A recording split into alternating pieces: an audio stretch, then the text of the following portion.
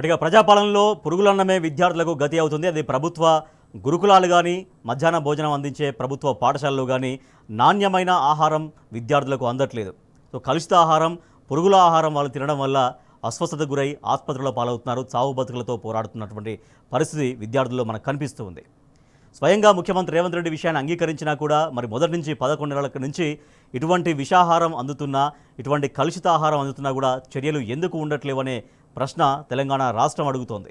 So ప్రజాపాలనలో ఇటువంటిది ఒక విద్యార్థులను నాణ్యమైనటువంటి భోజనం కూడా అందించకపోతే వాళ్ళ జీవితాలకు, వాళ్ళ చదువుల పట్ల ప్రభుత్వానికి ఆ చిత్తశుద్ధి లేదా, వాళ్ళను చదువుకు దూరం చేసే కుట్ర దాగి ఉందా అన్నటువంటి ప్రశ్న కూడా వస్తోంది. మాగనూరు ఫుడ్ పాయిజన్ ఘటనలో తీవ్ర అస్వస్థతకు గురైన 15 మంది చిన్నారుల పరిస్థితి ప్రస్తుతం నిలకడగా ఉంది. మహబూబ్నగర్ జిల్లా ఆసుపత్రిలో వారికి చికిత్స అందిస్తున్నారు. ఇందులో 13 మంది విద్యార్థుల్ని వైద్యులు ఇవాళ డిశ్చార్జ్ చేశారు. మరో ఇద్దరిని మాత్రం అబ్జర్వేషన్లో ఉంచారు. మరింత సమాచారాన్ని మా ప్రతినిధి నరేష్ అందిస్తారు. కాంగ్రెస్ ప్రభుత్వ హయాంలో గురుకుల పాఠశాలలు, ప్రభుత్వ పాఠశాలలో అత్యంత దయనీయమైనటువంటి పరిస్థితులు నెలకొన్నాయి. విద్యార్థులకు అందించేటటువంటి భోజనం కనీస నాణ్యత లేకుండా ముడిసరుకులు, నాసిరకమైనటువంటి ముడిసరుకులతో వంట చేస్తూ విద్యార్థులకు అదే అన్నాన్ని వడ్డిస్తున్నటువంటి పరిస్థితులు ఉన్నాయి. దీంతో పలుమార్లు విద్యార్థులు ఆసుపత్రి పాలు కావాల్సినటువంటి పరిస్థితులు నెలకొన్నాయి. నాసిరకమైనటువంటి బియ్యము, కుళ్ళిన కోడిగుడ్లతో విద్యార్థులకు వడ్డిస్తుండడంతో ఉమ్మడి జిల్లా వ్యాప్తంగా పలుమార్లు విద్యార్థులు ఆసుపత్రి పాలయ్యారు. వారికి నాణ్యమైనటువంటి ఆహారం అందించడంలో ప్రభుత్వం విఫలమైంది. సీఎం సొంత జిల్లాలో కూడా ఇటువంటి దారుణమైనటువంటి పరిస్థితులు నెలకొన్నాయి. పూర్తిగా ప్రభుత్వ యంత్రాంగం విద్యార్థులకు నాణ్యమైనటువంటి ఆహారం అందించడంలో విఫలమైంది. తాజాగా నారాయణపేట జిల్లా మాగనూరు జిల్లా పరిషత్ ఉన్నత పాఠశాలలో జరిగినటువంటి ఘటన ప్రభుత్వ స్కూళ్లలో పరిస్థితులు ఎంత దారుణంగా ఉన్నాయో చెప్పడానికి నిదర్శనం. దాదాపు 50 మంది విద్యార్థులు మధ్యాహ్న భోజనం చేయడం వల్ల అస్వస్థతకు గురయ్యారు. మధ్యాహ్నము భోజనంలో పప్పు, ఉడకని బియ్యం, కుళ్ళిన కోడిగుడ్లు తినడంతో ఏకంగా 50 మంది విద్యార్థులకు వాంతులు, విరోచనాలు, పల్స్ పడిపోవడం వంటి లక్షణాలతో విద్యార్థులు ఆసుపత్రిలో జాయిన్ అయ్యారు. అయితే మొదటగా మధ్యాహ్నం భోజనం చేసినటువంటి విద్యార్థులు 2 గంటల తర్వాత 50 మంది విద్యార్థులు అస్వస్థతకు గురయ్యారు. దీంతో మాగనూరు పిహెచ్సికి మొదటగా కొంతమంది విద్యార్థులను తరలించారు.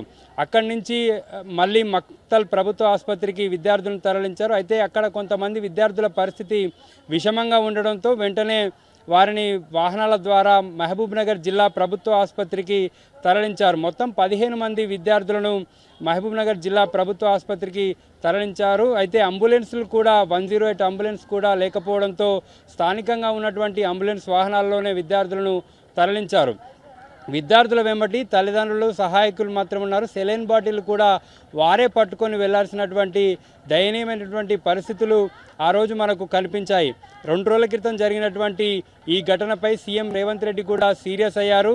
దీంట్లో 2 ఎంఈఓ, హెడ్ మాస్టర్ను కూడా సస్పెండ్ చేశారు. అయితే అధికారులు కేవలం అధికారుల మీద చర్యలు తీసుకొని వారిని సస్పెండ్ చేసి ప్రభుత్వం చేతులు దులుపుకున్నట్లుగా మనకు కనిపిస్తుంది. ఎందుకంటే నెక్స్ట్ డేనే మాగనూరు జిల్లా పరిషత్ ఉన్నత పాఠశాలలో అదేవిధంగా మరోసారి విద్యార్థులకు నాసిరకం బియ్యంతో వంట చేసి అన్నం వడ్డించారు.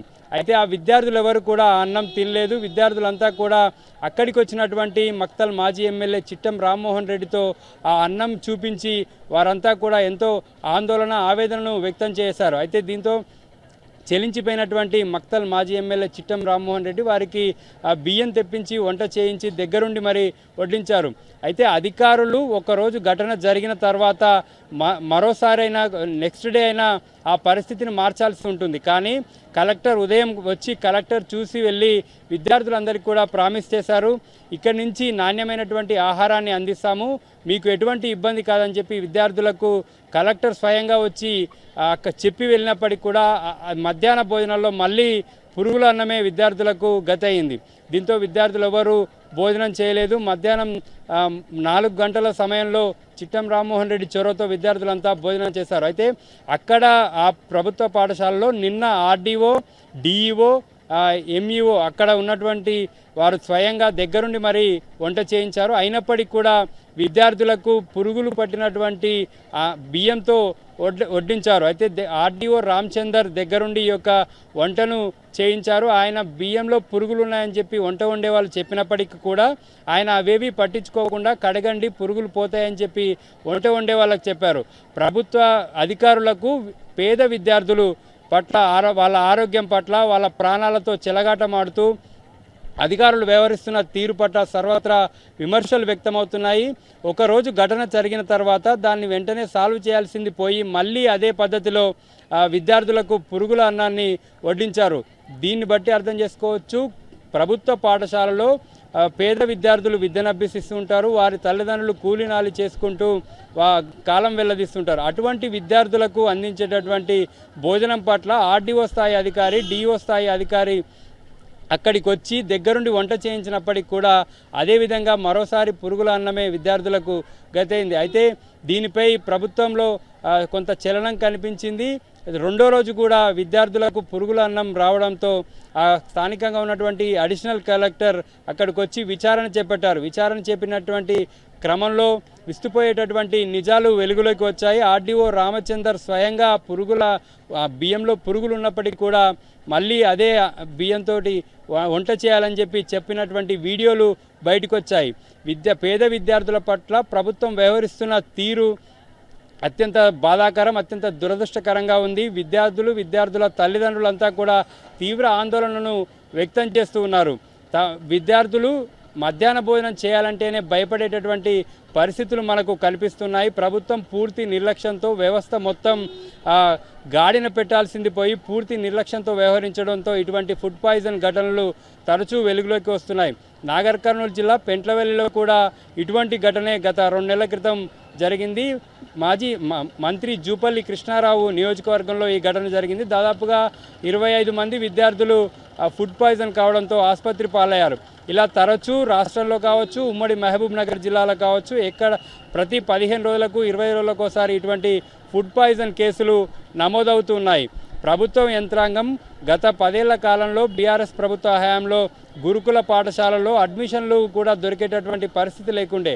కానీ ఇవాళ గురుకుల పాఠశాలలు కానీ ప్రభుత్వ పాఠశాలలకు వెళ్ళాలంటేనే భయపడాల్సినటువంటి పరిస్థితి ఉంది. ఇక మధ్యాహ్నం భోజనం చేయాలంటే కూడా విద్యార్థులు తీవ్ర ఆందోళన చెందుతున్నారు, భయపడుతున్నటువంటి పరిస్థితులు మనకు కనిపిస్తున్నాయి. తల్లిదండ్రులు కూడా విద్యార్థులకు అందిస్తున్నటువంటి ఆహారం పట్ల ప్రభుత్వంపై తీవ్ర ఆగ్రహంతో ఉన్నారు. వారు విద్యార్థులకు వడ్డించేటటువంటి ఆహారం పట్ల శ్రద్ధ లేకపోవడం, జిల్లా స్థాయి అధికారులు కూడా అంత నిర్లక్ష్యంతో వ్యవహరించడాన్ని తల్లిదండ్రులు తీవ్ర ఆగ్రహం వ్యక్తం చేస్తున్నారు. వారు ప్రభుత్వ వైఖరిని ప్రశ్నిస్తూ ఉన్నారు. పేద విద్యార్థులు అంటే ఇంత చులకన, పేద విద్యార్థులు చదువుకునేటటువంటి విద్యా సంస్థల్ని మెయింటైన్ చేయాల్సినటువంటి ప్రభుత్వ యంత్రాంగం పూర్తిగా విఫలమయ్యి విద్యార్థుల ఆరోగ్యం కావచ్చు, విద్యార్థుల ప్రాణాలతో చెలగాటమాడుతుండడం పట్ల తల్లిదండ్రులు తీవ్ర ఆందోళన చెందుతూ ఉన్నారు.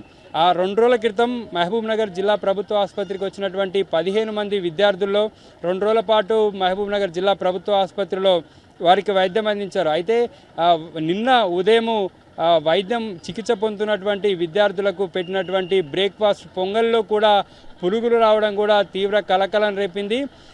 మాగనూరు జిల్లా పరిషత్ ఉన్నత పాఠశాలలో ఫుడ్ పాయిజన్ అయ్యి ఇక్కడికి చికిత్స కోసం వస్తే ఇక్కడ కూడా మళ్ళీ అదే నాణ్యత లేని నాసిరకమైనటువంటి పదార్థాలతో చేసినటువంటి వంటను విద్యార్థులకు అందించడం వల్ల మళ్ళీ పురుగులు ప్రత్యక్షమయ్యాయి.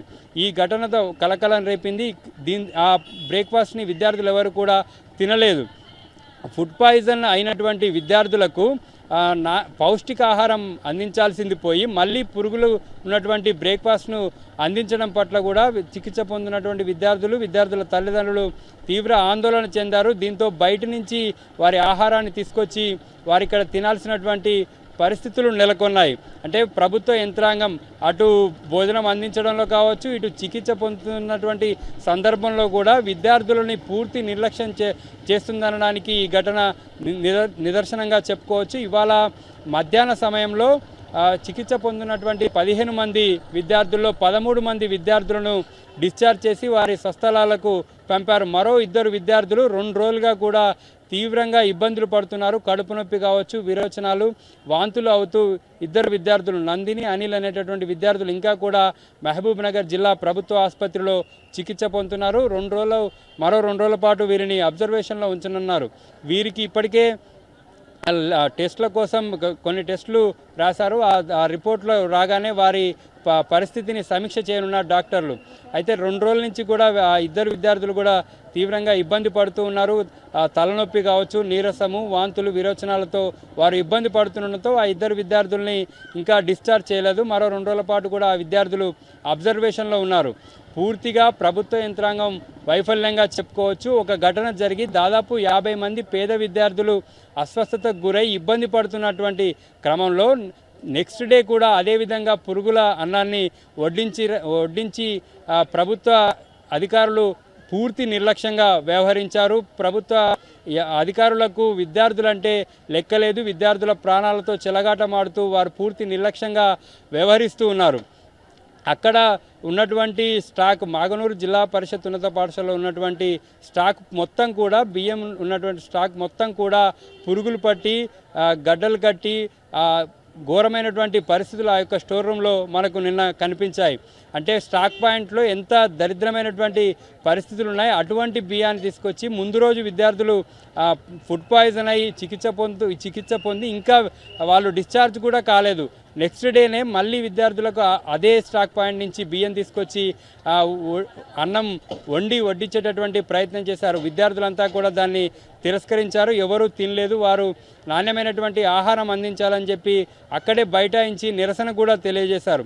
ఇటువంటి దారుణమైనటువంటి పరిస్థితులు మనం కాంగ్రెస్ ప్రభుత్వ హయాంలో చూస్తున్నాం. గత 10-15 రోజుల ప్రతిసారి కూడా ఒక ఫుడ్ పాయిజన్ కేసులు ఎక్కడో ఒక చోట నమోదవుతూ విద్యా సంస్థలు, గురుకులాల పరిస్థితులు ఎంత దారుణంగా ఉన్నాయో మనకు అర్థమవుతుంది. అత్యంత దారుణమైనటువంటి పరిస్థితుల మధ్య గురుకుల పాఠశాలలు, ప్రభుత్వ పాఠశాలను ప్రభుత్వం నడుపుతుంది.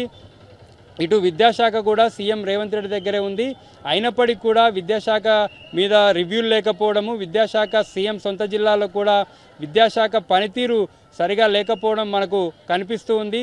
మొత్తంగా వరుస ఫుడ్ పాయిజన్ కేసులతో ఇటు విద్యార్థి లోకం కావచ్చు, తల్లిదండ్రులు తీవ్ర ఆందోళన చెందుతున్నారు. ప్రభుత్వ పాఠశాలలకు విద్యార్థులను పంపించాలంటేనే ఆలోచించాల్సినటువంటి పరిస్థితులు రాష్ట్రంలో నెలకొన్నాయి.